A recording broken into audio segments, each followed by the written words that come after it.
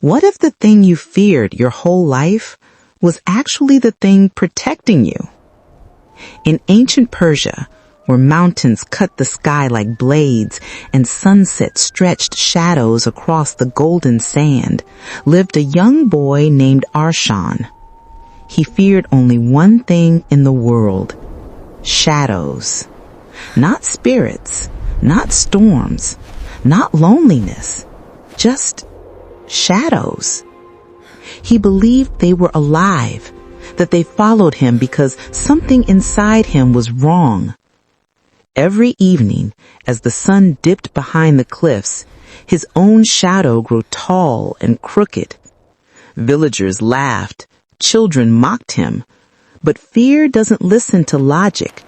It only listens to the heart shaking inside your chest. One night, a fierce sandstorm tore across the desert. Arshan and his grandfather, an old magus, a priest of fire and wisdom, took shelter in an abandoned fire temple.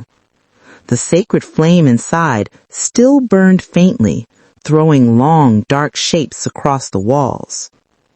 Arshan froze.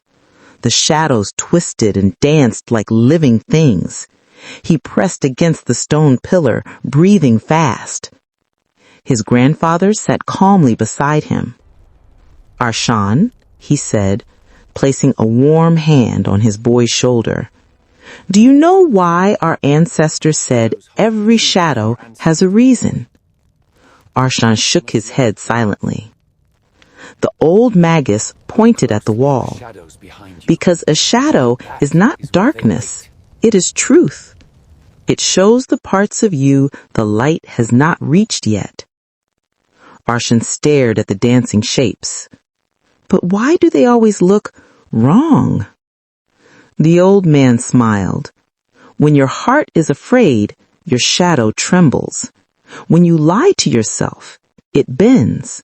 When you run, it chases.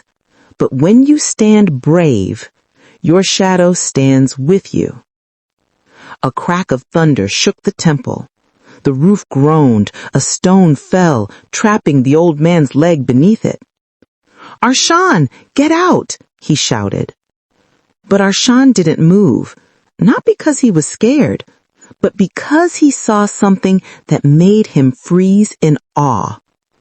His shadow, the one he feared his whole life, was actually standing straight, not twisted, not wild, just tall, steady, strong.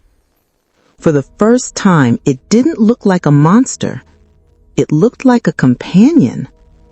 The boy inhaled sharply and whispered, "You're with me." Using all his strength, he climbed the fallen stones, pulling himself through the narrow opening in the roof.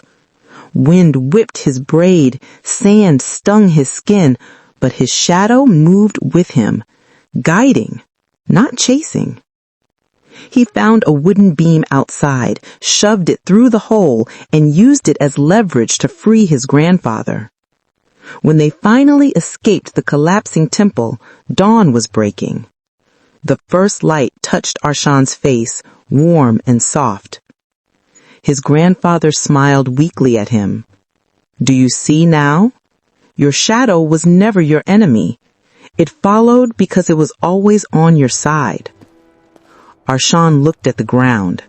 His shadow stood beside him, perfectly still. And in that quiet moment, he understood the ancient Persian wisdom. Your shadow exists for a reason, to show you the truth you're finally ready to face. And once you face it, it becomes your strength. If this story spoke to your shadow, subscribe. Your journey isn't finished yet.